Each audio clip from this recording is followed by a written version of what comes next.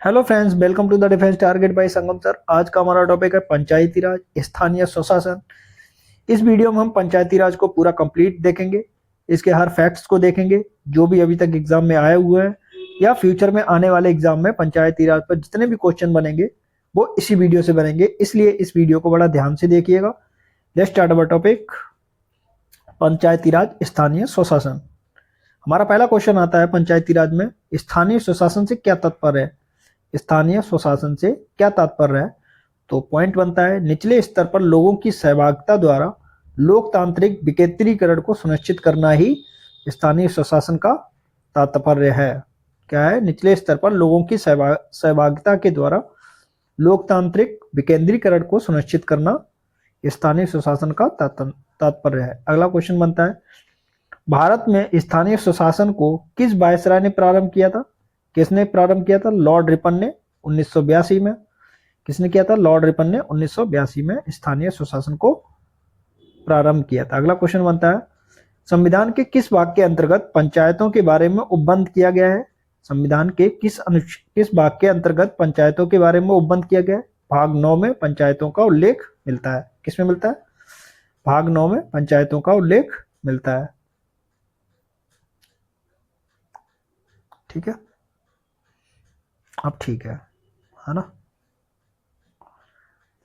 स्थानीय स्वशासन के अंतर्गत कौन कौन से निकाय सम्मिलित हैं? स्थानीय स्वशासन के अंतर्गत पंचायतें एवं नगर पालिकाएं सम्मिलित हैं। क्या है?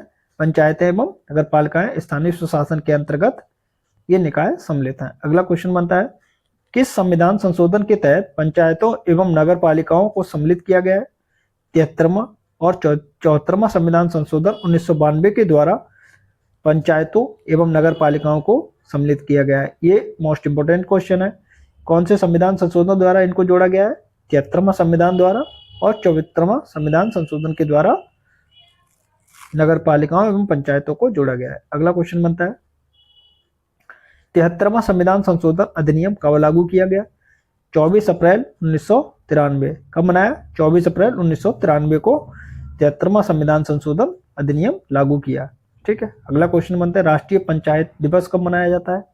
राष्ट्रीय पंचायत दिवस 24 अप्रैल को मनाया जाता है। कब मनाया जाता है? 24 अप्रैल को मनाया जाता है।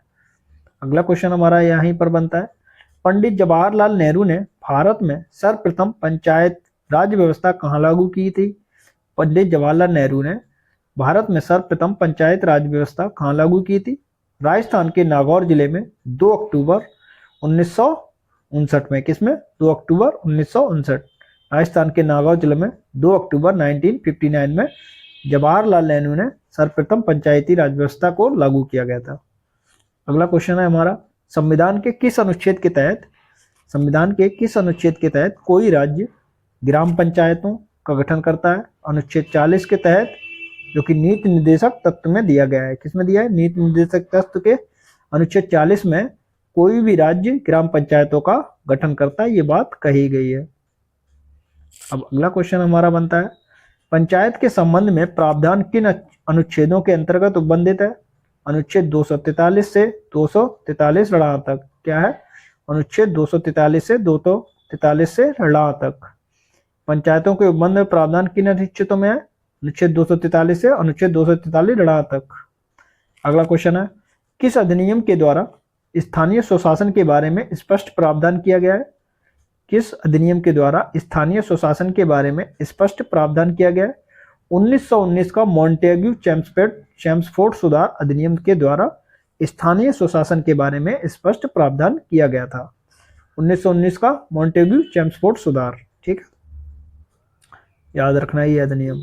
अगला देखते हैं किस अधिनियम द्वारा स्थानीय स्वशासन की पूर्णतः राज्य का विषय बना दिया गया था? किस अधिनियम द्वारा स्थानीय स्वशासन को पूर्णतः राज्य का विषय बना दिया गया था? 1935 का भारत सरकार अधिनियम के द्वारा स्थानीय स्वशासन को पूर्णतः राज्य का विषय बना दिया गया था। 1935 का भारत सरकार अधिनियम। ठीक है, अगला को देखते हैं पंचायत किस सूची का विषय? राज्य सूची का विषय।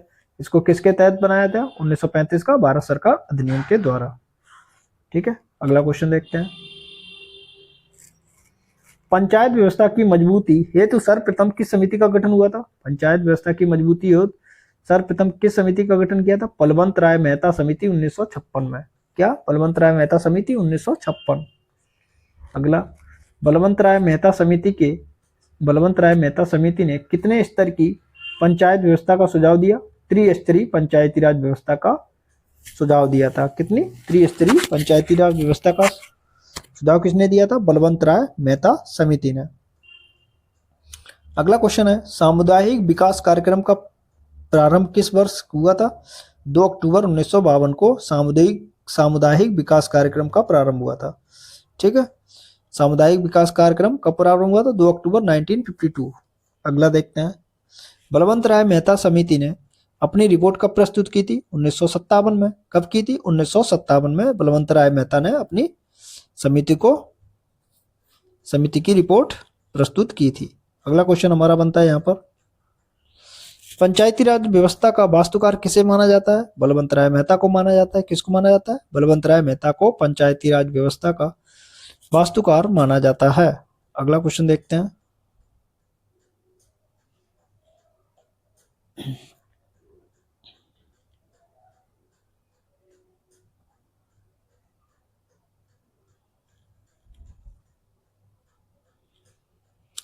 लोकतांत्रिक विकेंद्रीकरण की योजना किसने प्रस्तुत की थी? बलवंत राय मेहता ने की थी। किसने की थी? बलवंत राय मेहता ने की थी। अगला क्वेश्चन है, वर्तमान में पंचायतों की त्रिस्तरीय व्यवस्था में कौन कौन सम्मिलित है? वर्तमान में पंचायतों की त्रिस्तरीय व्यवस्था में कौन कौन सम्मिलित है? मोस्ट इंपोर्टेंट क्वेश्चन है। पहला है ग्राम पंचायत, जो कि ग्राम स्तर पर, क्षेत्र पंचायत खंड स्तर पर, और जिला स्तर पर आता है जिला पंचायत। क्या आता है? जिला पंचायत। पहला है ग्राम पंचायत, दूसरा क्षेत्र पंचायत, तीसरा है जिला पंचायत। ठीक है, ये त्रिस्तरीय व्यवस्था है। अगला है, बलवंत राय मेहता समिति ने किन त्रिस्तरीय पंचायती राज व्यवस्था की सिफारिश की थी?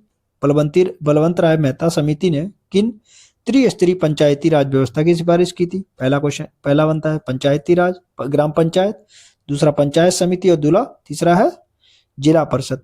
पहला क्या है? ग्राम पंचायत, दूसरा पंचायत समिति और तीसरा जिला परिषद। ठीक है, इसकी सिफारिश किसने की थी? बलवंत राय मेहता समिति ने। अगला क्वेश्चन बनता है हमारा, सर्वप्रथम पंचायती राज व्यवस्था को संपूर्ण राज्य में लागू किया गया राजस्थान के नागौर जिले से। किससे? राजस्थान के नागौर जिले में सर्वप्रथम पंचायती व्यवस्था को लागू किया गया था। अगला क्वेश्चन है, किस समिति ने पंचायतों की द्विस्तरीय व्यवस्था की सिफारिश की थी? कब की थी? अशोक मेहता समिति ने 1977 में। किसमें की थी? अशोक मेहता समिति 1977 में द्विस्तरीय व्यवस्था की सिफारिश की थी। ठीक है, ये समितियां आपको दिमाग में रखना है, ये कई बार पूछी जाती मैचिंग में। अगला देखते हैं, विकास का मुख्य केंद्र बिंदु ग्राम न होकर जिला परिषद को मानकर उसे शक्तिशाली बनाने की सिफारिश किस समिति ने की थी? अशोक मेहता समिति ने की थी। जैसे बलवंत राय मेहता ने ग्राम को प्रायोरिटी दी थी, वैसे ही अशोक मेहता समिति ने जिला को मजबूत करने की सिफारिश की थी। ठीक है, अगला क्वेश्चन, अशोक मेहता समिति ने पंचायती व्यवस्था के किन 2 स्तरों की बात की थी? जिला परिषद और मंडल पंचायत। किसने? जिला परिषद और मंडल पंचायत की सिफारिश की थी। ठीक है, ये बहुत इंपॉर्टेंट क्वेश्चन चल रहे हैं, इनसे एक क्वेश्चन भी आपका बाहर नहीं आएगा पंचायती राज व्यवस्था का। क्षेत्र पंचायतों के लिए क्षेत्रों का निर्धारण किसके द्वारा किया जाता है? राज्य सरकार द्वारा। क्षेत्र पंचायत के लिए क्षेत्रों का निर्धारण किसके द्वारा किया जाता है? राज्य सरकार द्वारा।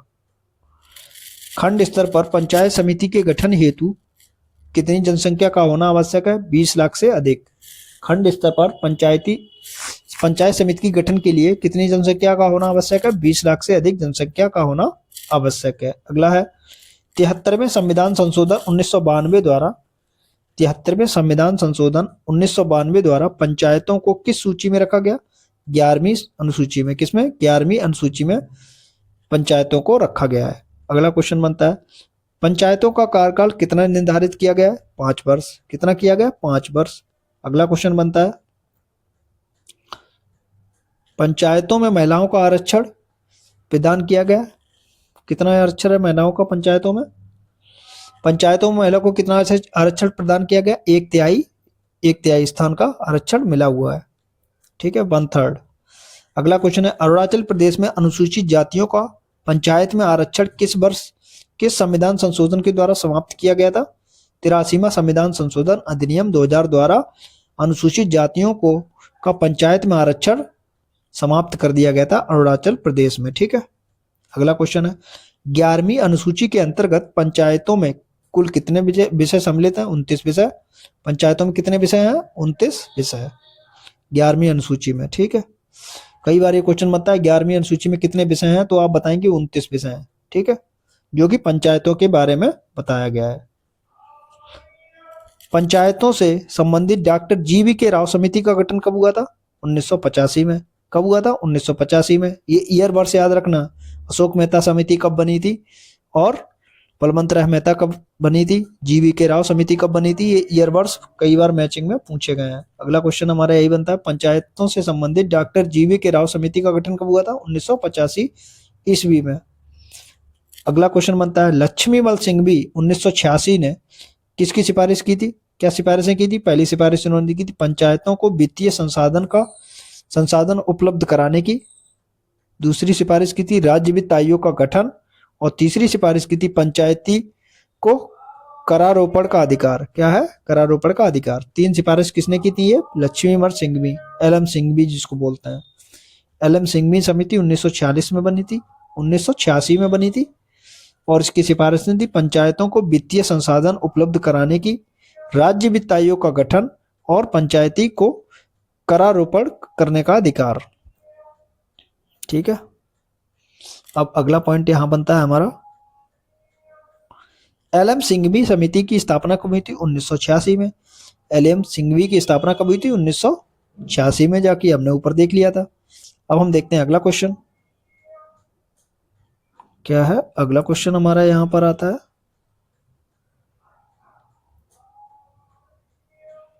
ठीक है, किस समिति की सिफारिश पर पंचायतों को संवैधानिक दर्जा दिया था? किस समिति की सिफारिश पर पंचायतों को संवैधानिक दर्जा दिया गया था? लक्ष्मीमल समिति और पीके थुंगन समिति 1988 के तहत पर इसको संवैधानिक दर्जा मिला था। लक्ष्मीमल सिंघवी मतलब एलएम सिंघवी और पीके थुंगन समिति के द्वारा संवैधानिक दर्जा प्रदान किया गया था। अगला क्वेश्चन है, पंचायतों को संवैधानिक दर्जा 73वें संविधान संशोधन द्वारा किस प्रधानमंत्री के कार्यकाल में दिया गया था? पीवी नरसिम्हा राव। ये कई बार क्वेश्चन पूछा गया है। ठीक है, पंचायतों को संवैधानिक दर्जा 73वें संविधान संशोधन द्वारा किस प्रधानमंत्री के कार्यकाल में दिया गया था? पीवी नरसिम्हा राव। अगला है, पंचायतों का चुनाव कौन करवाता है? राज्य निर्वाचन आयोग करवाता है। कौन करवाता है? राज्य निर्वाचन आयोग करवाता है। अगला, पंचायतों के निर्वाचन संबंधी निर्णय कौन करता है? राज्य सरकार करती है। कौन करता है? राज्य सरकार करती है। अब हम देखते हैं, संथानम समिति किससे संबंधित है? संथानम समिति किससे संबंधित है? पंचायती राज संस्थाओं के वित्तीय प्रावधान तथा उनके वितरण की समीक्षा करने की। ठीक है, पहला है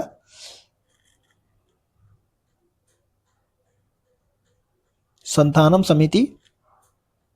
संथानम समिति किससे संबंधित है? पंचायती राज संस्थाओं के वित्तीय प्रावधान तथा उनके वितरण की समीक्षा के लिए संथानम समिति का गठन किया गया था। अगला है सादिक अली समिति। सादिक अली समिति, सादिक अली समिति में क्या सुझाव दिया गया था?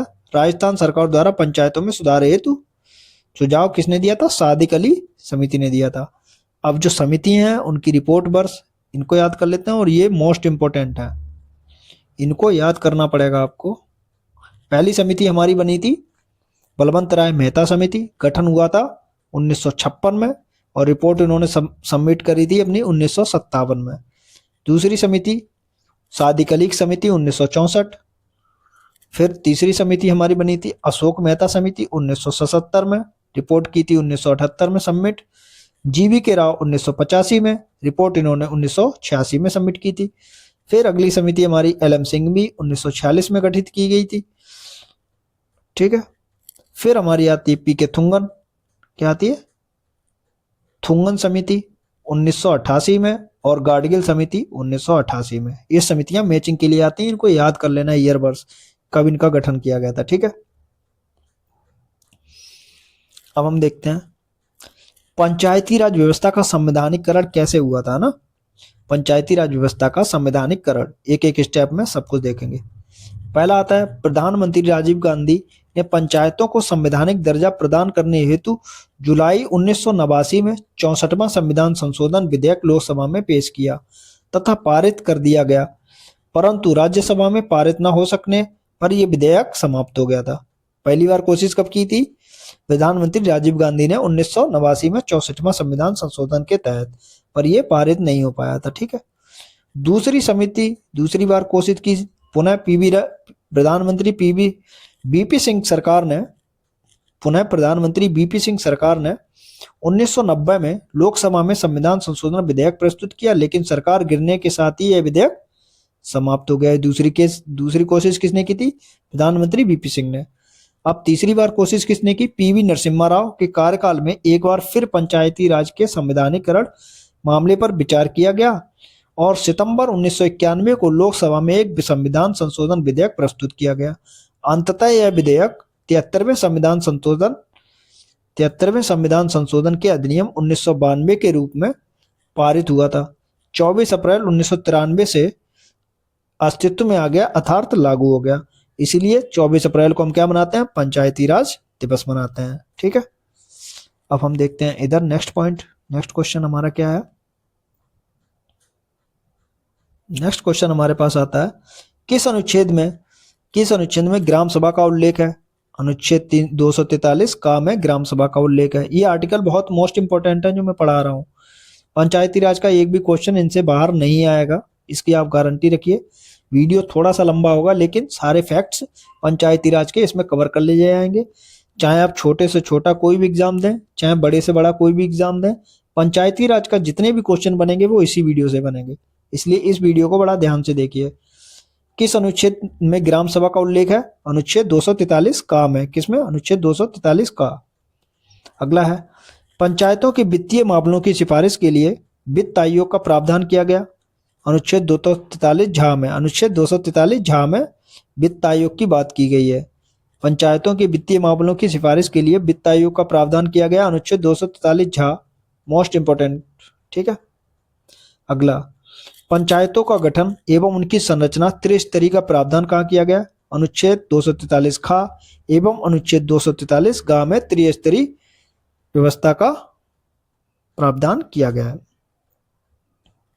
अगला क्वेश्चन है, पंचायतों में अनुसूचित जातियों, अनुसूचित जनजातियों तथा महिलाओं के लिए 1/3 आरक्षण का प्रावधान किस अनुच्छेद में किया गया है? मोस्ट इंपोर्टेंट, अनुच्छेद 243 डी में या अनुच्छेद 243 घ में महिलाओं या अनुसूचित जातियों या अनुसूचित जनजातियों के लिए 1/3 आरक्षण का प्रावधान किया गया है। किसमें? अनुच्छेद 243 घ या 243 डी। ठीक है। अब अगला क्वेश्चन हमारा बनता है, राज्य वित्त आयोग का गठन कौन करता है? राज्यपाल करता है। कौन करता है? राज्यपाल करता है। अगला क्वेश्चन, संविधान में पंचायतों के संबंध में प्रावधान किस वर्ष किया गया था? 1993 में। कब किया गया था? 1993 में संविधान में पंचायतों के संबंध में प्रावधान किया गया था। अगला क्वेश्चन देखते हैं, भारत में ऐसा कौन सा राज्य है जहां 4 स्तरीय पंचायती व्यवस्था अपनाई गई है? वो है पश्चिम बंगाल। केवल इकलौता राज्य है जहां पर 4 स्तरीय पंचायती राज व्यवस्था है। कौन कौन सी है 4 स्तरीय? अब देखते हैं। पश्चिम बंगाल में पंचायतों की 4 स्तरों के नाम क्या है? पहला है ग्राम पंचायत, दूसरा है अंचल पंचायत, तीसरा है आंचलिक परिषद और चौथा है जिला परिषद। क्या है? ग्राम पंचायत, अंचल पंचायत, आंचलिक परिषद और जिला परिषद। ये 4 स्तरीय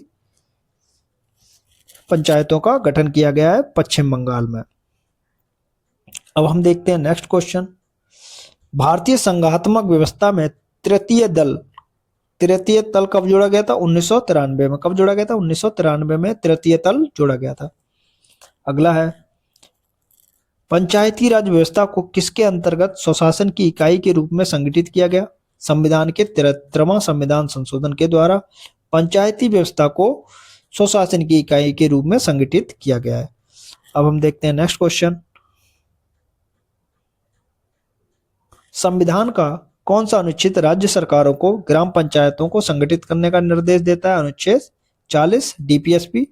ठीक है। राज्य के नीति निर्देशक सिद्धांत इसमें दिया गया है। अनुच्छेद 40 में राज्य सरकारों को ग्राम पंचायत संगठित करने का निर्देश दिया गया है। ठीक है। अगला है, पंचायतों को संवैधानिक दर्जा किसके द्वारा मिला? 73वां संविधान संशोधन 1992 में पंचायतों को संवैधानिक दर्जा मिला। अगला क्वेश्चन, कौन पंचायतों की संरचना के बाबत उपबंध करने को अधिकृत करता है? राज्य का विधानमंडल। कौन? राज्य का विधानमंडल पंचायतों की संरचना के बाबत उपबंध करने को अधिकृत है ना। अगला क्वेश्चन है, पंचायती राज संस्थानों को 29 कार्यों की सूची किस अनुच्छेद के तहत दी गई है? अनुच्छेद 243 जी या अनुच्छेद 243 छा में। ठीक है, इंग्लिश वाले जी में पढ़ेंगे, हिंदी वाले छा पढ़ेंगे। ठीक है, ये 29 में से किस में दिए गए हैं? अनुच्छेद 243 जी या 243 छा में। ठीक है, अब अगला पॉइंट हमारा आता है, पंचायतों की शक्तियों के प्राधिकारों और उत्तरदायित्वों से संबंधित अनुच्छेद कौन सा है? अनुच्छेद 243 छा में। इसमें सब उत्तरदायित्व और कार्य लिखे हुए हैं, शक्तियां लिखी हैं, सब किसमें लिखी हैं? अनुच्छेद 243 छा में पंचायतों की। ठीक है, अब हम देखते हैं मोस्ट इंपोर्टेंट 73वां संविधान संशोधन द्वारा कौन कौन से प्रावधान किए गए हैं। 73वां संविधान संशोधन द्वारा किए गए प्रावधान, पहला पॉइंट है, पंचायतों के नियमित चुनाव कराने के लिए पंचायतों का नियमित चुनाव कराया जाएगा, ये बात 73वें संविधान संशोधन में लिखी गई है। दूसरा, महिलाओं के लिए सभी स्तरों पर सीटों के आरक्षण के लिए, महिलाओं के लिए सभी स्तरों पर सीटों के आरक्षण के लिए बात कही गई है। तीसरा, राज्य वित्त आयोग की संस्तुति के अनुसार, राज्य वित्त आयोग की संस्तुति के अनुसार पंचायतों के फंड्स का अनिवार्य रूप से हस्तांतरण करने के लिए, राज्य वित्त आयोग की संस्तुति के अनुसार पंचायतों के फंड्स तथा अनिवार्य रूप से हस्तांतरण करने के लिए।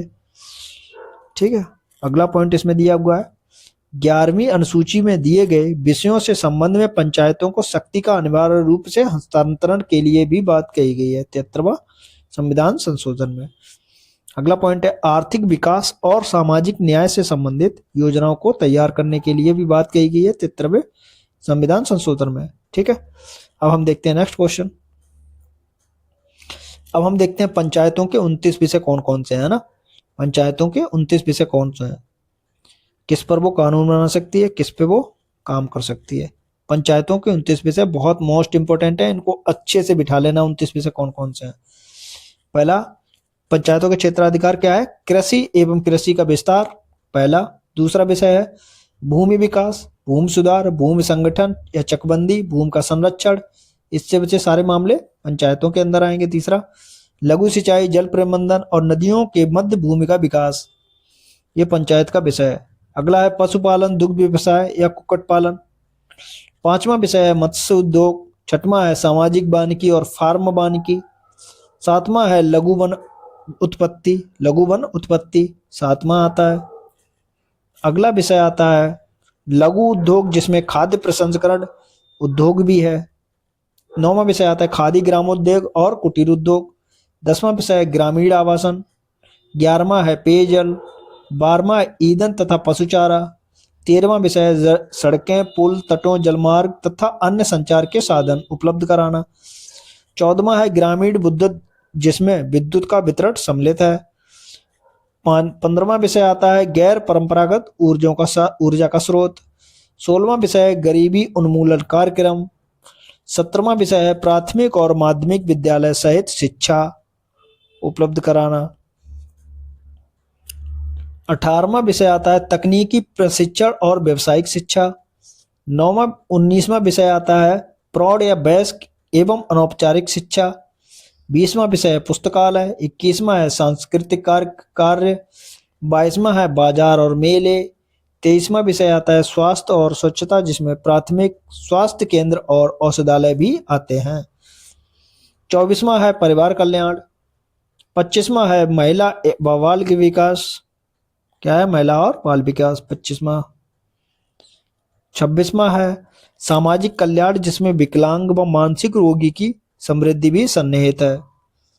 27वां विषय है कमजोर वर्ग की समृद्धि या अनुसूचित जाति एवं अनुसूचित जनजाति के बारे में प्रावधान है। 28वां विषय सार्वजनिक वितरण प्रणाली। 29वां विषय आता है सार्वजनिक संपत्ति की देखरेख एवं सुरक्षा। ये 29 विषय पंचायती राज व्यवस्था के अंतर्गत आते हैं। अब हमारा देखते हैं पहला ग्राम सभा कहलाती है? कौन किसको ग्राम सभा कहते हैं? किसी ग्राम की निर्वाचक नामावली में दर्ज नामों वाले व्यक्तियों के समूह को क्या कहते हैं? ग्राम सभा कहते हैं। क्या कहते हैं? एक ग्राम में जितने भी लोग हैं जिनका नाम वोटर लिस्ट में है वो सब किस में आएंगे? ग्राम सभा में आएंगे। किस में आएंगे? ग्राम सभा में आएंगे। तो वही बात कहता है, ग्राम सभा क्या कहलाती है? ग्राम सभा कहलाती है किसी ग्राम की निर्वाचक नामावली में दर्ज नामों के व्यक्तियों के समूह को ग्राम सभा कहते हैं। अगला पॉइंट इसमें आता है, ग्राम पंचायत से क्या असर है? ग्राम पंचायत से क्या असर है? ग्राम सभा की कार्यकारी संस्था को ग्राम पंचायत कहा जाता है। ग्राम सभा की कार्यकारी संस्था को ग्राम पंचायत कहा जाता है। अगला देखते हैं, ग्राम पंचायत के कार्यों का निरीक्षण एवं मूल्यांकन कौन करता है? ग्राम सभा करती है। कौन करता है? ग्राम सभा करती है। अगला देखते हैं, ग्राम पंचायत अध्यक्ष या ग्राम प्रधान या सदस्य का चुनाव लड़ने के लिए न्यूनतम आयु कितनी होनी चाहिए? 21 वर्ष। कितनी होनी चाहिए? 21 वर्ष होनी चाहिए। चुनाव लड़ने के लिए 21 वर्ष चाहिए। अब अगला पॉइंट देखते हैं, ग्राम पंचायत अध्यक्ष एवं सदस्यों का चुनाव कौन करता है? ग्राम सभा के सदस्य करते हैं। ग्राम पंचायत अध्यक्ष एवं सदस्यों का चुनाव कौन करता है? ग्राम सभा के सदस्य करते हैं। अगला पॉइंट है, निचले स्तर पर लोकतांत्रिक व्यवहारिक रूप दृष्टिगत कौन है? पंचायती राज व्यवस्था में। निचले स्तर पर लोकतंत्र का व्यवहारिक रूप दृष्टिगत है किसमें? पंचायती राज व्यवस्था में। किसमें? पंचायती राज व्यवस्था में। अगला पॉइंट देखते हैं,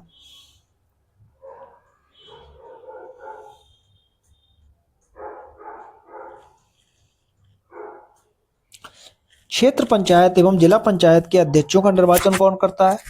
क्षेत्र पंचायत एवं जिला पंचायत के अध्यक्षों का निर्वाचन क्षेत्र पंचायत एवं जिला पंचायत के सदस्य द्वारा किया जाता है। अगला पॉइंट है, अनुसूचित जातियों एवं जनजातियों के लिए पंचायतों में किस अनुपात में स्थान आरक्षित किया गया है? उनकी जनसंख्या के अनुपात में सीटों का आरक्षण दिया गया है। अगला है, मध्यवर्ती स्तर पर क्षेत्र पंचायतों का गठन उस राज्य की कितनी जनसंख्या से कम होने पर गठित करने की आवश्यकता नहीं है। 20 लाख से कम अगर जनसंख्या है तो वहां मध्यवर्ती स्तर पंचायतों का गठन नहीं होगा। ठीक है। नेक्स्ट है, स्वतंत्रता पूर्व किन नगरों के लिए सर्वप्रथम नगर निगम स्थापित किया गया था? मुंबई, कलकत्ता और मद्रास के लिए नगर निगम की व्यवस्था की गई थी। अगला है, 3 महानगरों बंबई, कलकत्ता, मद्रास के लिए नगर निगम की स्थापना किस चार्टर एक्ट द्वारा स्थापित की गई थी? 1793 चार्टर एक्ट में मद्रास, कलकत्ता और बंबई के लिए नगर निगम की व्यवस्था की गई थी। ठीक है। अगला पॉइंट आता है, पंचायतों की संरचना के संबंध में पंचायतों के संबंध में विधि बनाने की शक्ति के लिए दी गई पंचायतों की संरचना के संबंध में विधि बनाने की शक्ति किसे दी गई है? राज्य विधानमंडल को दी गई। किसको? राज्य विधानमंडल को। पंचायतों से रिलेटेड जितने भी विधि होगी वो कौन बनाएगा? राज्य विधानमंडल बनाएगा। अगला है, पंचायतों का निर्वाचन किस विधि से कराए जाते हैं? प्रत्यक्ष रूप से कराए जाते हैं। कैसे? प्रत्यक्ष रूप से। अगला पॉइंट आता है, त्रिस्तरीय पंचायतों का कार्यकाल होता है 5 वर्ष। प्रथम अधिवेशन की तिथि से 5 वर्ष पंचायतों का कार्यकाल होता है। अब अगला पॉइंट आता है हमारे पास, क्या आता है? अगला पॉइंट आता है, किसी पंचायत सदस्य के निर्वाचन की योग्यताएं या अर्हताएं क्या होंगी? आयु 21 वर्ष की से कम न हो। दूसरा, विधानमंडल द्वारा बनाई गई किसी विधि के अधीन अयोग्य न हो। ठीक है, ये चाहिए। राज्य वित्त आयोग के बारे में हम देखते हैं, राज्य वित्त आयोग से किस अनुच्छेद के तहत क्या क्या किया गया है?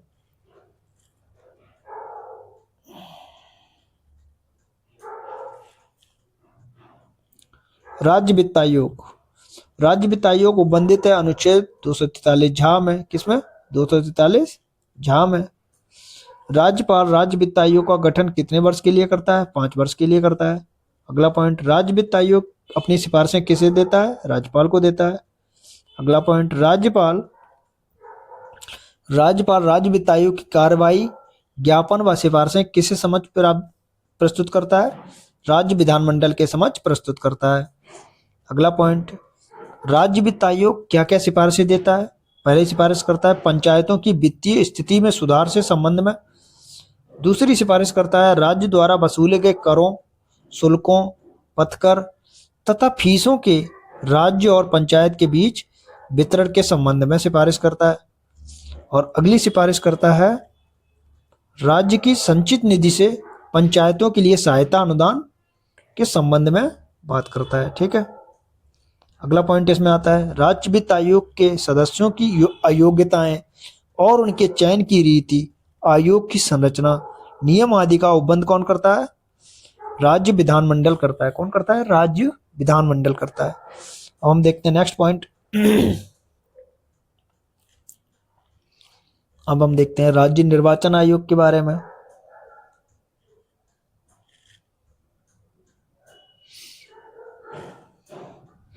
राज्य निर्वाचन आयोग संविधान के किस अनुच्छेद में उपबंधित है? अनुच्छेद 243 टा में उपबंधित है। किसमें? अनुच्छेद 243 टा में। अगला पॉइंट है निर्वाचन आयुक्त की नियुक्ति कौन करता है? राज्यपाल करता है। अगला पॉइंट पंचायत के निर्वाचन के संबंध में विधि बनाने का अधिकार किसे है? राज्य विधानमंडल को है। किसे है? राज्य विधानमंडल को है। अगला पॉइंट राज्य निर्वाचन आयुक्त को किस रीति से पद से हटाया जा सकता है? उच्च न्यायालय के न्यायाधीश के हटाने की रीति से राज्य निर्वाचन आयुक्त को उस रीति से हटाया जा सकता है। जो प्रक्रिया उच्च न्यायालय के न्यायाधीश को हटाने की होती है वही प्रक्रिया राज्य के निर्वाचन आयुक्त को हटाने की होगी, ये बात कह रहा है वो। पंचायतों के सुझाव का निर्णय कौन देता है? राज्य सरकार देती है। अगला पॉइंट राज्य निर्वाचन आयोग किस प्रकार का निकाय है? एक संवैधानिक निकाय है। कैसा है? एक संवैधानिक निकाय है। अगला पॉइंट आता है यह उपबंध की पंचायतों के सुझाव संबंधी विवाद के विषय पर, यह उपबंध की पंचायतों के चुनाव संबंधी विवाद के विषय पर न्यायालय हस्तक्षेप नहीं कर सकता है। किस अनुच्छेद में है? अनुच्छेद 243 लड़ाव में। किसमें? अनुच्छेद 243 लड़ाव में बोला गया है किसमें न्यायालय हस्तक्षेप नहीं करेगा। अब हम देखते हैं कहां पर पंचायती राज व्यवस्था लागू नहीं है। किसमें लागू नहीं है उसके बारे में देखते हैं। 243 डा में बताया गया है कि कहां कहां पंचायती राज व्यवस्था लागू नहीं है।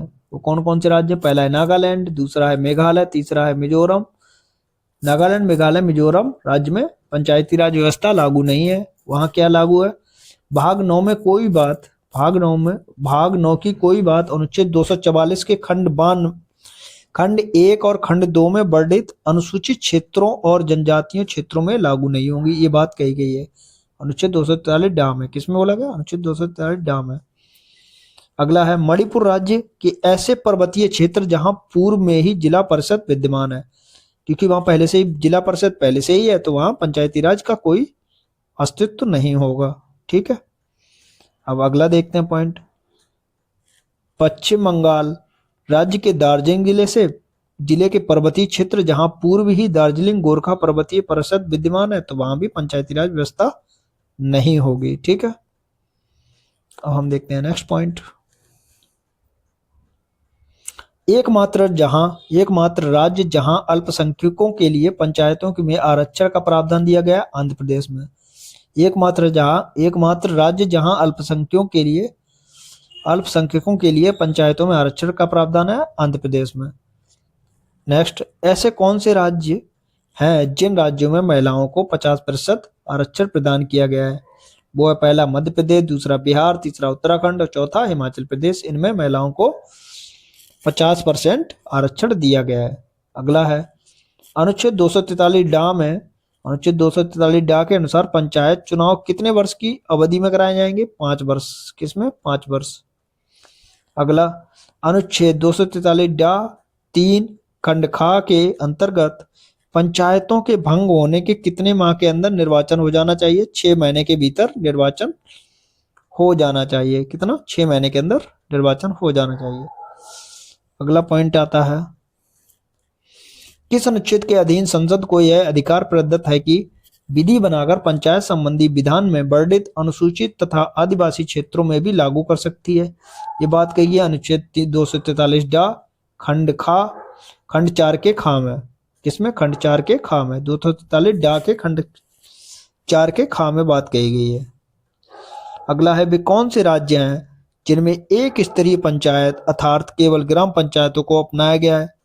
एक स्तरीय पंचायत कहाँ अपनाई गई? केरल, जम्मू कश्मीर, त्रिपुरा, मणिपुर, सिक्किम में। केरल, जम्मू कश्मीर, त्रिपुरा, मणिपुर तथा सिक्किम में एक स्तरीय पंचायत का प्रावधान है। अब हम देखते हैं नेक्स्ट।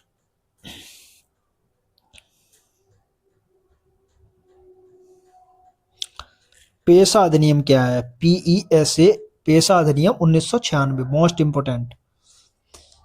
अनुसूचित क्षेत्र विस्तार अधिनियम क्या है? अनुसूचित क्षेत्र विस्तार अधिनियम 1996। पेशा की क्या प्रावधान किए गए हैं?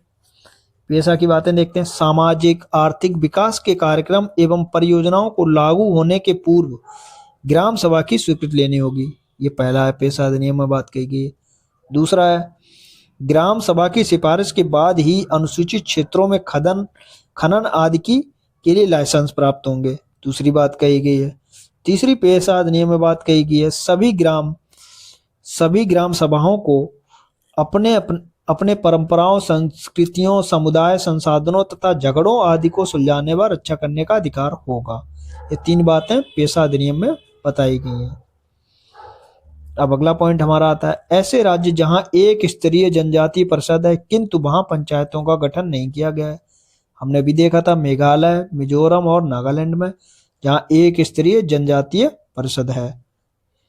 अगला, गोवा की त्रिस्तरीय पंचायतों का क्या नाम है? गोवा की त्रिस्तरीय पंचायत है ग्राम पंचायत, तालुका समिति और जिला परिषद। क्या है? ग्राम पंचायत, तालुका समिति और जिला परिषद गोवा की त्रिस्तरीय पंचायतों के नाम है। अगला देखते हैं, द्विस्तरीय पंचायतों का प्रावधान किन किन राज्यों में?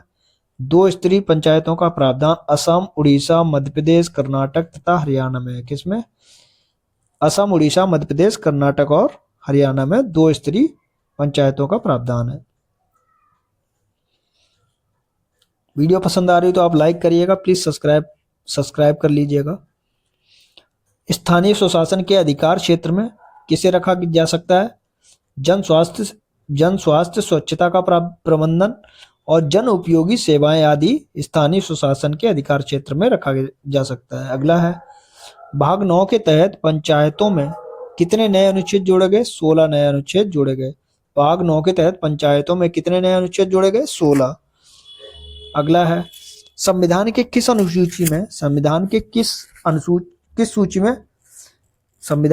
सूची में पंचायत राज व्यवस्था का उल्लेख किया गया है? राज्य सूची में पंचायती राज व्यवस्था का उल्लेख किया गया है। अगला देखते हैं, पंचायत का समय पूर्व विघटन किसके द्वारा किया जा सकता है? राज्य सरकार द्वारा पंचायत का समय पूर्व विघटन किया जा सकता है।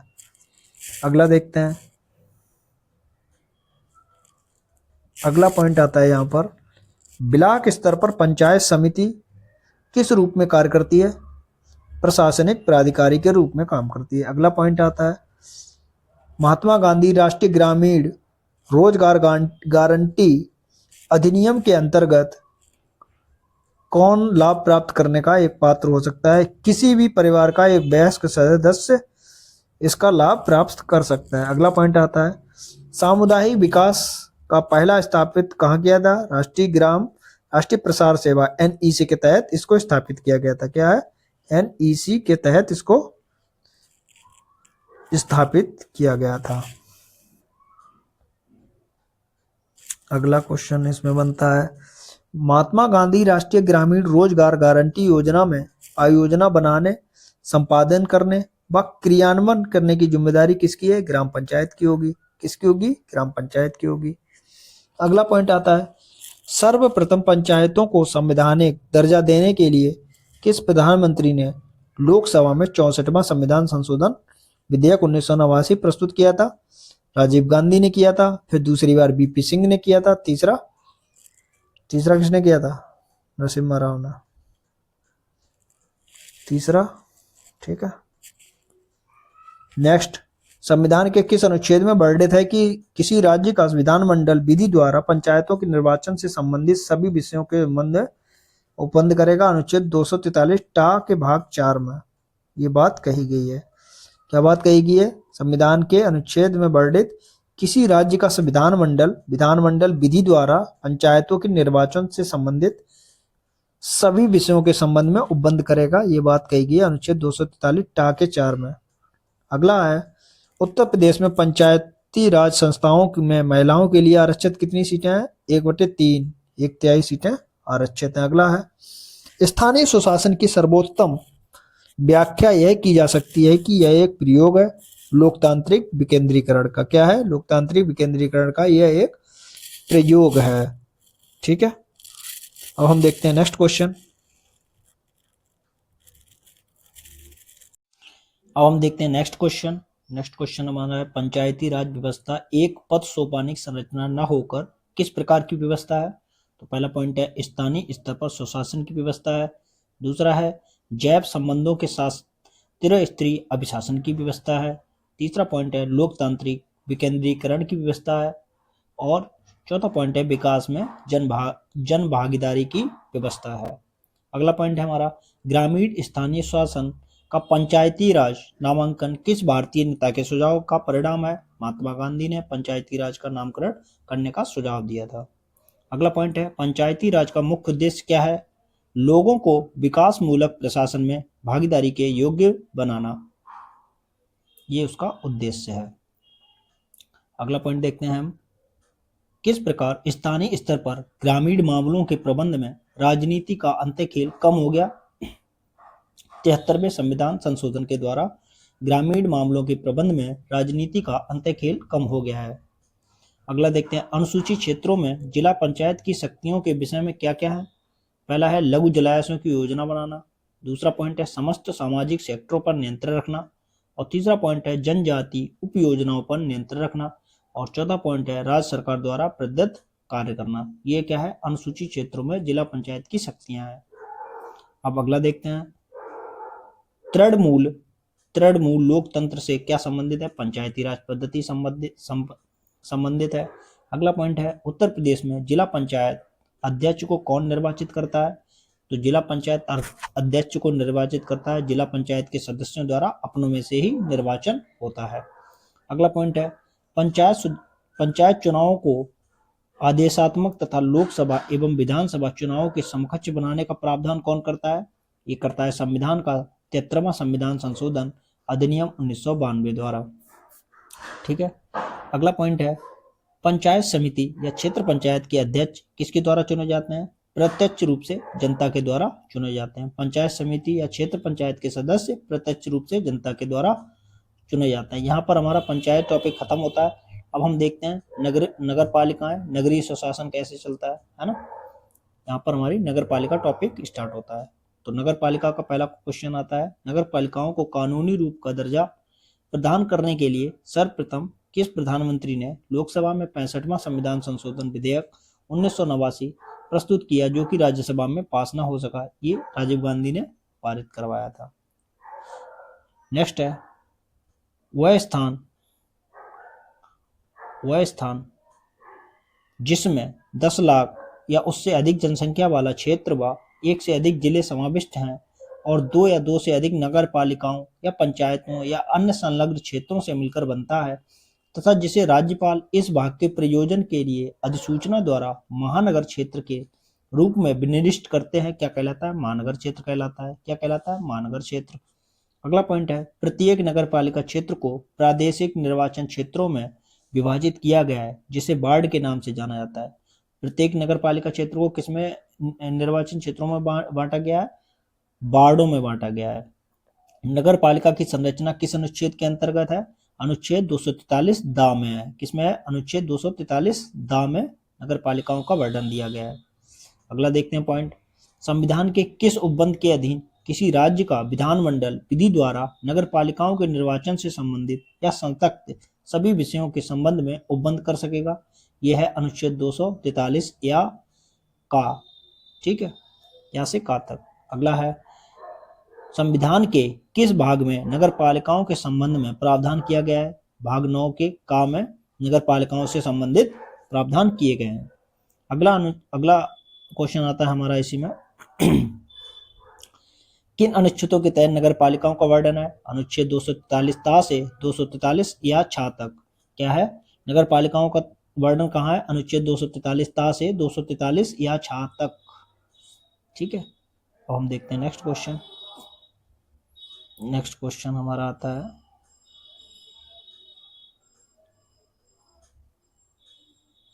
नगर पालिकाओं का प्रावधान संविधान के किस संशोधन द्वारा उपबंधित है? 74वां संविधान संशोधन अधिनियम 1992 द्वारा नगर पालिकाओं का संशोधन उपबंधित है।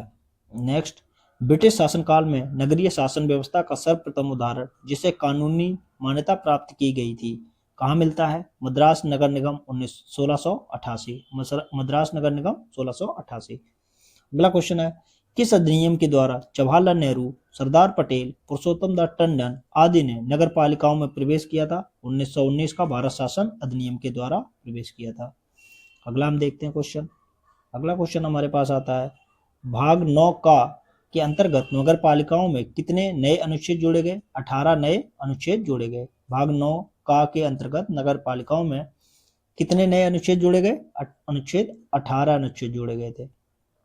अगला है, नगरीय स्वशासन हेतु 74वें संविधान संशोधन द्वारा किन त्रिस्तरीय नगर पालिकाओं का गठन किया गया है? कौन कौन सी है? नगर पंचायत है, फिर नगर पालिका है और नगर निगम है। ये नगरीय स्वशासन की त्रिस्थिति कौन सी है? नगर पंचायत, नगर पालिका और नगर निगम। अगला पॉइंट है, 74वें संविधान संशोधन अधिनियम 1992 द्वारा कौन सी अनुसूची जोड़ेगी? 12वीं अनुसूची जोड़ेगी। कौन सी? 12वीं अनुसूची। अगला पॉइंट आता है, 74वां संविधान संशोधन अधिनियम 1992 को किस राष्ट्रपति ने अनुमोदित किया था? डॉक्टर शंकर दयाल शर्मा ने किया था। किसने किया था? डॉक्टर शंकर दयाल शर्मा ने। अगला है, नगर पालिकाओं हेतु 74वें संविधान संशोधन किस प्रधानमंत्री द्वारा प्रस्तुत किया था? पीवी नरसिम्हा राव। कौन? पीवी नरसिम्हा राव। ठीक है। नेक्स्ट है, नगर पालिका के सदस्यों का चुनाव किस विधि से होता है? प्रत्यक्ष रूप से होता है। कैसे होता है? प्रत्यक्ष रूप से। अगला पॉइंट है, नगर पालिका में महिलाओं के लिए कितना स्थान आरक्षित है? कुल स्थानों का 1/3 भाग आरक्षित है महिलाओं के लिए। अगला पॉइंट देखते हैं, किस अनुच्छेद के अंतर्गत नगर पालिकाओं में आरक्षण का प्रावधान है? अनुच्छेद 243 नाम में नगर पालिकाओं में आरक्षण का प्रावधान है। अगला है, राज्य विधानमंडल किनको नगर पालिकाओं का पदेन सदस्य बनाने के लिए उपबंध बना सकती है?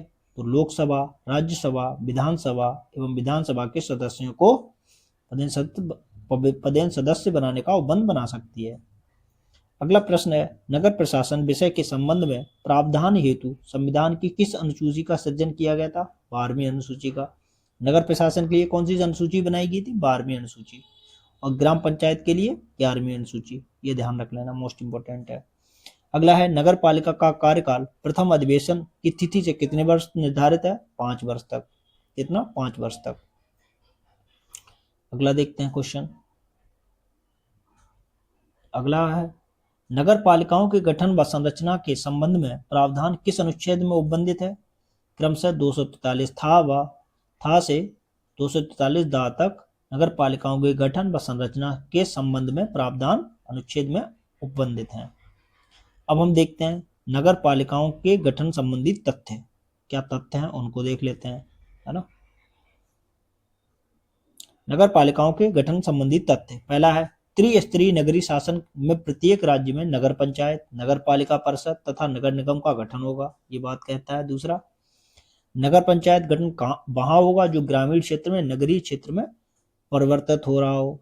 जो ग्रामीण क्षेत्र से नगरीय क्षेत्र में परिवर्तित हो रहा हो वहां नगर पंचायत का गठन किया जाएगा। अगला है, नगर पालिका परिषद का गठन छोटे नगरीय क्षेत्रों में होता है। अगला पॉइंट है, नगर निगम का गठन बड़े शहरों में होता है। नगर पालिका छोटे शहरों में, नगर निगम बड़े शहरों में होती है। नेक्स्ट है, ऐसे नगरीय क्षेत्र जिसे राज्यपाल द्वारा औद्योगिक नगरीय क्षेत्र घोषित किया कर दिया गया हो, नगर पालिका का गठन नहीं किया जाएगा। ठीक है। ऐसे नगरीय क्षेत्र जिसे राज्यपाल द्वारा औद्योगिक नगरीय क्षेत्र घोषित कर दिया गया हो, नगर पालिका का गठन नहीं किया जाएगा वहां पर, ये बात कही गई है। अब हम देखते हैं नेक्स्ट पॉइंट आता है नगर पालिकाओं में। नगर पालिकाओं को 12वीं अनुसूची में वर्णित कुल कितने विषयों पर विधि बनाने की शक्ति है? 18 विषयों पे। कितने विषयों पर? 18 विषयों पे। ये मोस्ट इंपोर्टेंट क्वेश्चन है, याद कर लेना। अगला पॉइंट आता है, नगर पालिकाओं के क्षेत्रों के प्रादेशिक निर्वाचन क्षेत्रों को किस नाम से जाना जानते हैं? वार्ड के नाम से जानते हैं। अगला है, वार्ड समिति के गठन के लिए किसी नगर पालिका की जनसंख्या कितनी होनी चाहिए? 3 लाख या उससे अधिक होनी चाहिए। वार्ड समिति के गठन के लिए 3 लाख या उससे अधिक जनसंख्या चाहिए। अगला है, वार्ड समितियों का गठन किस प्रकार होता है? प्रादेशिक क्षेत्र के अंदर एक या अधिक वार्ड को मिलाकर वार्ड समितियों का गठन किया जाता है। अब हम देखते हैं नेक्स्ट पॉइंट। भारत में कितने प्रकार के नगर क्षेत्रों के लिए स्थानीय निकायों का सृजन किया जाता है? 8 प्रकार के। भारत में कितने प्रकार के नगर क्षेत्रों के लिए स्थानीय निकायों का सृजन किया जाता है? 8 प्रकार के। अगला पॉइंट यहाँ पर आता है हमारे पास, स्थानीय स्वशासन के अंतर्गत 8 प्रकार के नगर निकायों का नाम बताइए, कौन कौन से हैं? पहला है नगर पालिका, नगर निगम, अधिसूचित क्षेत्र समिति, नगरीय क्षेत्र समिति, छावनी बोर्ड, टाउनशिप, बंदरगाह, न्यास और विशेष उद्देश्य एजेंसी। ये क्या है? 8 प्रकार के निकाय हैं। ठीक है, अगला पॉइंट देखते हैं हम। राज्यपाल किसी क्षेत्र को संक्रमण क्षेत्र, लघु शहरी क्षेत्र अथवा बृहद शहरी क्षेत्र किन कारकों के आधार पर विनिर्दिष्ट करता है? पहला है क्षेत्र की जनसंख्या के आधार पर, जनसंख्या घनत्व, अर्जित राजस्व के आधार पर, आर्थिक महत्व, गैर कृषि कार्यों, बेरोजगार का प्रतिशत के आधार पर यह विनिर्दिष्ट कर सकता है। अगला क्वेश्चन देखते हैं। 74वां संविधान संशोधन अधिनियम जो नगर पालिका से संबंध है कब प्रभाव में आया? 1 जून 1993 को प्रभाव में आया। कब आया? 1 जून 1993 को प्रभाव में आया। अब हम देखते हैं अनुसूची 12 के नगर पालिका के 18 कौन कौन से विषय हैं। अनुसूची 12 में जो नगर पालिका विषय है जो 18 दिए गए हैं वो कौन कौन से हैं? पहला है नगरीय योजना, नगर योजना सहित। दूसरा है भूमि उपयोग का विनियमन और भवनों का निर्माण। तीसरा विषय है आर्थिक एवं सामाजिक विकास योजना। चौथा पॉइंट आता है यहाँ पर, चौथा विषय है सड़कें एवं पुल। पांचवा विषय है घरेलू, औद्योगिक एवं वाणिज्यिक प्रयोजनों के लिए जल प्रदाय। छठवां विषय है लोक स्वास्थ्य, स्वच्छता, सफाई और कूड़ा करकट प्रबंधन। ये क्या है? छठवां विषय है। अगला पॉइंट आता है सातवां विषय अग्निशमन सेवाएं। आठवां पॉइंट आता है, आठवां विषय है नगर वानिकी, पर्यावरण संरक्षण एवं पारिस्थितिकी आयामों की अभिवृद्धि। ये आठवां विषय है। अब हम देखते हैं नौवां विषय हमारे पास क्या आता है नगर पालिकाओं का। नौवां विषय आता है समाज के कमजोर वर्गों के हितों का संरक्षण या मानसिक व रोगी विकलांग सहित। 10वां विषय है गंदी बस्ती सुधार और उन्नयन। 11वां विषय है नगरीय निर्धनता उन्मूलन। 12वां विषय है नगरीय सुख सुविधाओं जैसे पार्क, उद्यान, खेल के मैदानों की व्यवस्था। और 13वां विषय है सांस्कृतिक, शैक्षिक व सौंदर्य पक्ष आयामों की अभिवृद्धि। 14वां विषय है शवगणना तथा शवदाह, दाह क्रिया व शमशान और विद्युत शवदाह गृह। और 15वां विषय है कांजी हाउस, पशुओं के प्रति क्रूरता व निवारण। ये क्या है? 15वां विषय है। अब हम देखते हैं 16वां विषय जन्म व मृत्यु से संबंधित महत्वपूर्ण सांख्यिकी।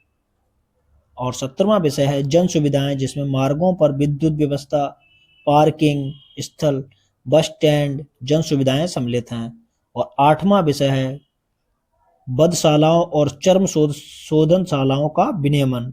ये 18 विषय नगर पालिका के होते हैं। अब हमारा अगला पॉइंट देखते हैं।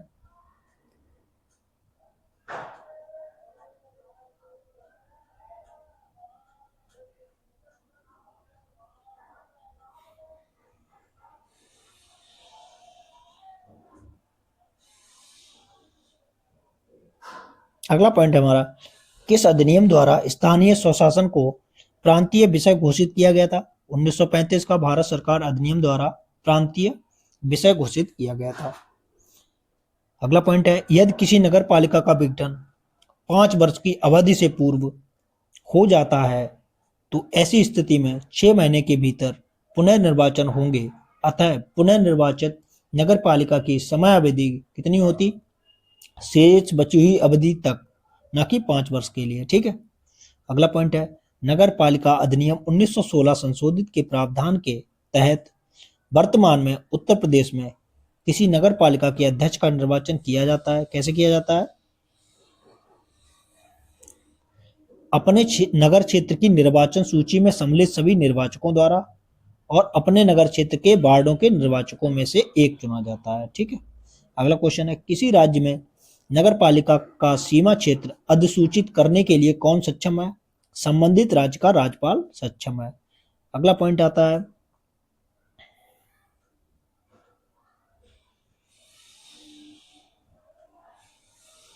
अगला पॉइंट है, नगर क्षेत्र को निर्धारित करने हेतु भारत की जनगणना के अनुसार क्या वर्णित है? जो नगर पालिका अथवा नगर निगम अथवा छावनी बोर्ड अथवा अधिसूचित एरिया कमेटी के अंतर्गत हो, ये आता है। दूसरा पॉइंट आता है, जिसकी जनसंख्या कम से कम 5,000 हो। और तीसरा पॉइंट आता है, जहां जनसंख्या का घनत्व कम से कम 400 व्यक्ति पर वर्ग किलोमीटर हो, वहां पर नगर क्षेत्र को निर्धारित करने हेतु भारत की जनगणना का अनुसार वर्णित किया गया है। अगला पॉइंट यहाँ पर आता है नगरीय क्षेत्रों के लिए।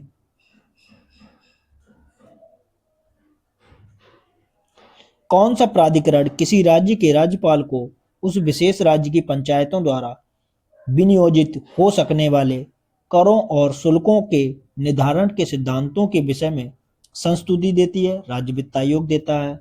अगला पॉइंट बनता है, क्या स्थानीय निकायों को वित्तीय सहायता प्रदान करने हेतु उपायों पर विचार करने के संबंध में तथा राज्यों के स्थानीय निकायों के संबंध को अनुपूरित करने के लिए संघीय वित्तीय आयोग की भूमिका होती है या नहीं? यह एक महत्वपूर्ण भूमिका होती है। अगला पॉइंट देखते हैं, यदि कॉलेज का विद्यार्थी अपने नगर की नगर परिषद में चुने जाने हेतु इच्छुक है तो उसका नामांकन की शर्त क्या होगी? उसका नाम मतदाता सूची में सम्मिलित हो। पहली बात ये शर्त होनी चाहिए। दूसरा पॉइंट आता है, राज्य सरकार तथा स्थानीय शासन के बीच राजस्व बंटवारे के लिए कौन उत्तरदायी है? राज्य वित्त आयोग उत्तरदायी है। अगला पॉइंट आता है, जिले की पंचायतों एवं नगर पालिकाओं द्वारा तैयार योजना को संगठित करना एवं जिला स्तर पर विकास योजना का प्रारूप तैयार करने का कार्य किसका है? जिला योजना समिति का ये काम होता है। अगला पॉइंट आता है,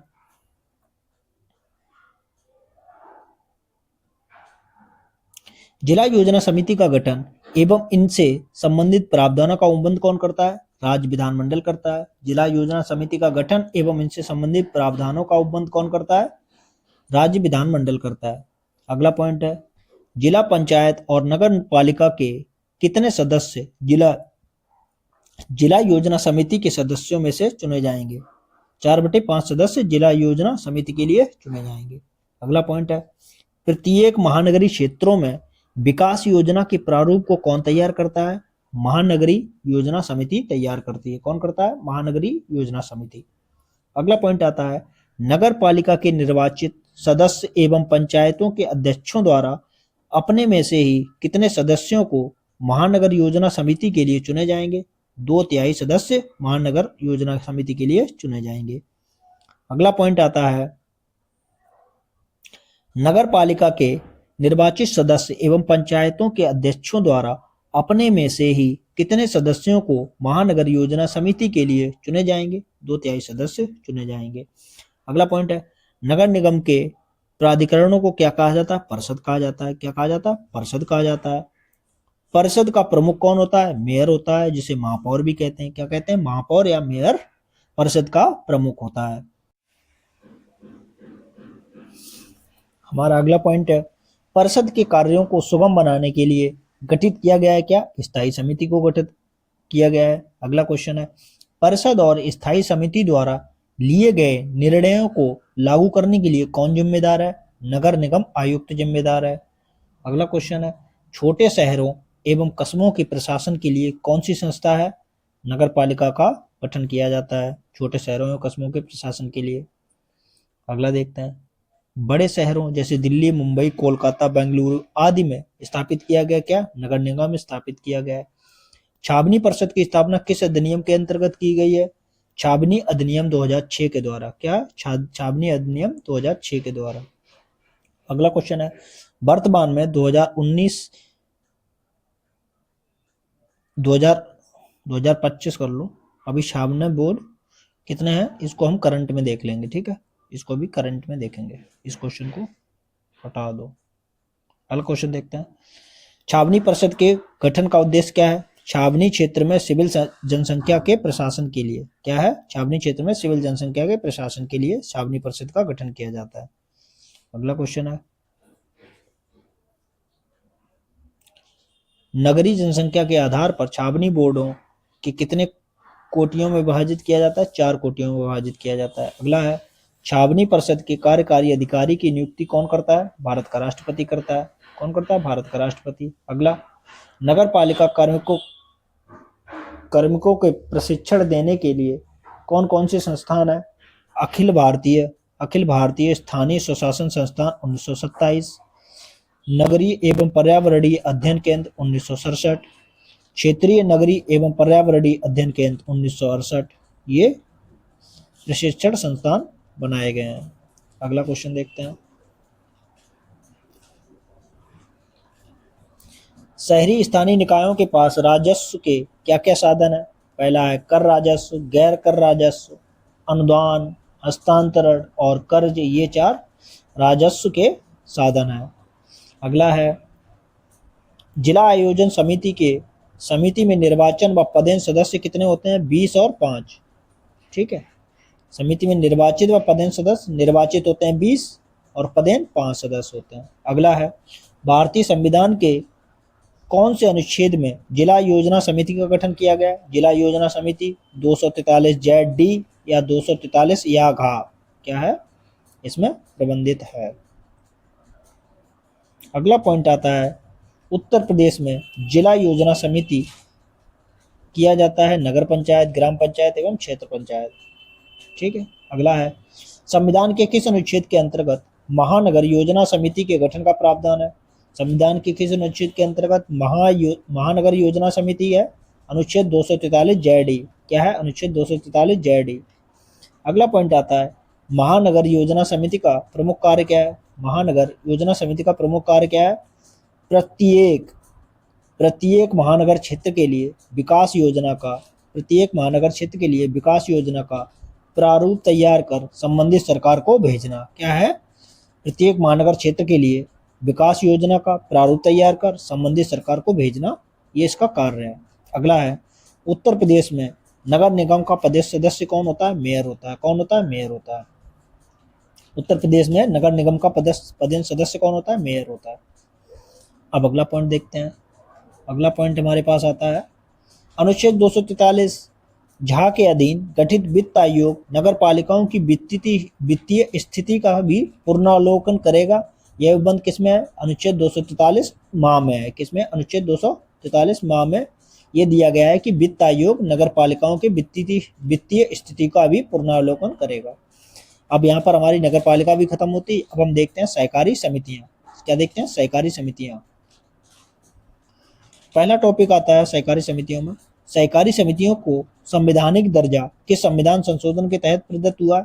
97वां संविधान संशोधन अधिनियम 2011। क्या है? 97वां संविधान संशोधन अधिनियम 2011 में सहकारी समितियों का संवैधानिक दर्जा प्राप्त हुआ। अगला है, संविधान के किस भाग में सहकारी समितियों का वर्णन है? भाग 9B या 9 खा में सहकारी समितियों का वर्णन है। अब हम देखते हैं नेक्स्ट।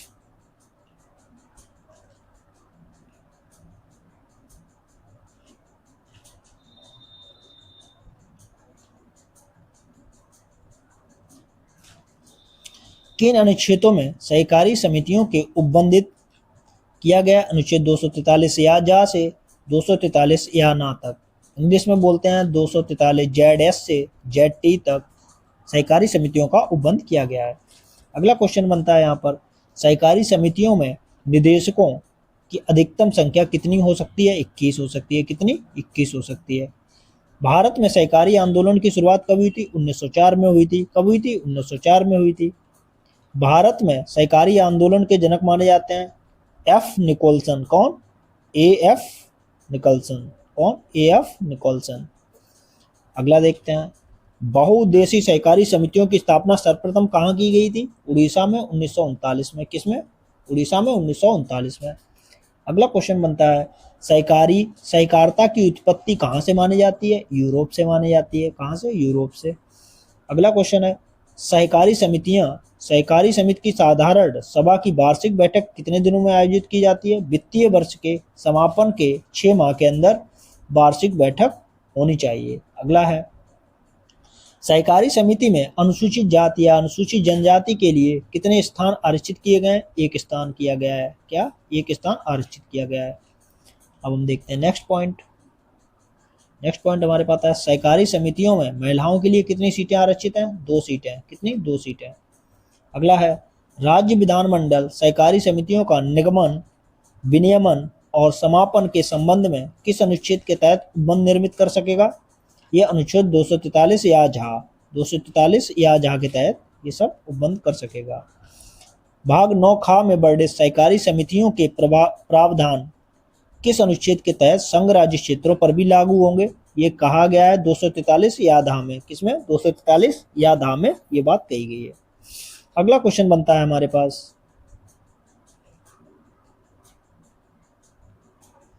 सहकारी समितियों का उपबंध संविधान की 7वीं अनुसूची में कहाँ वर्णित है? राज्य सूची में 32वें नंबर पर वर्णित है। अब हम देखते हैं 97वां संविधान संशोधन अधिनियम 2011, जिसमें सहकारी समितियों के बारे में बताया गया। सहकारी समिति विधेयक द्वारा संविधान में 3 परिवर्तन लाए गए। पहला है विधेयक द्वारा सहकारी समितियों के गठन को मौलिक अधिकार बनाया गया। दूसरा कहा गया सहकारी समिति को नीति निर्देशक सिद्धांत अनुच्छेद 43 खा सिद्धांत में सम्मिलित किया गया। और तीसरा पॉइंट है सहकारी समितियों के लिए नए भाग 9 खा बा अनुच्छेद 243 या जा से 243 या ना का सृजन भी किया गया है। ये कब किसमें? 97वें संविधान संशोधन 2011 द्वारा किया गया है। अगला पॉइंट बनता है हमारे पास, सहकारी समितियों को नीति निर्देशक सिद्धांत में किस अनुच्छेद के अंतर्गत जोड़ा गया? अनुच्छेद 243 खा के अंतर्गत जोड़ा गया है। अगला देखते हैं किस अनुच्छेद के अंतर्गत सहकारी समितियों को मौलिक अधिकार में सम्मिलित किया गया? अनुच्छेद 19(1) में सहकारी समितियों को मौलिक अधिकार में जोड़ा गया। ये मोस्ट इंपोर्टेंट क्वेश्चन है, इनको याद कर लेना। अगला है सहकारी समिति के निर्देशक बोर्ड के सदस्यों एवं पदाधिकारियों का कार्यकाल कितना होगा? 5 वर्ष निर्वाचन तिथि से। नेक्स्ट देखते हैं, नेक्स्ट है आपका सहकारी समिति का अंकेक्षण रिपोर्ट कहाँ पेश किया जाता है? राज्य विधानमंडल के पटल पर पेश किया जाता है। अगला क्वेश्चन है सहकारी समिति के निर्देशक बोर्ड के सदस्यों या पदाधिकारियों का चुनाव का उपबंध है। ये है अनुच्छेद 243 या टा में पदाधिकारियों के चुनाव का उपबंध है। यहाँ पर हमने पंचायत, नगर पालिका और सहकारी समितियाँ तीनों देख लिए हैं। तो यहाँ पर हमारा ये वाला टॉपिक खत्म होता है। Thank you for watching. Please like, share and subscribe. मिलते हैं अगली वीडियो में, तब तक के लिए अपना ध्यान रखिएगा।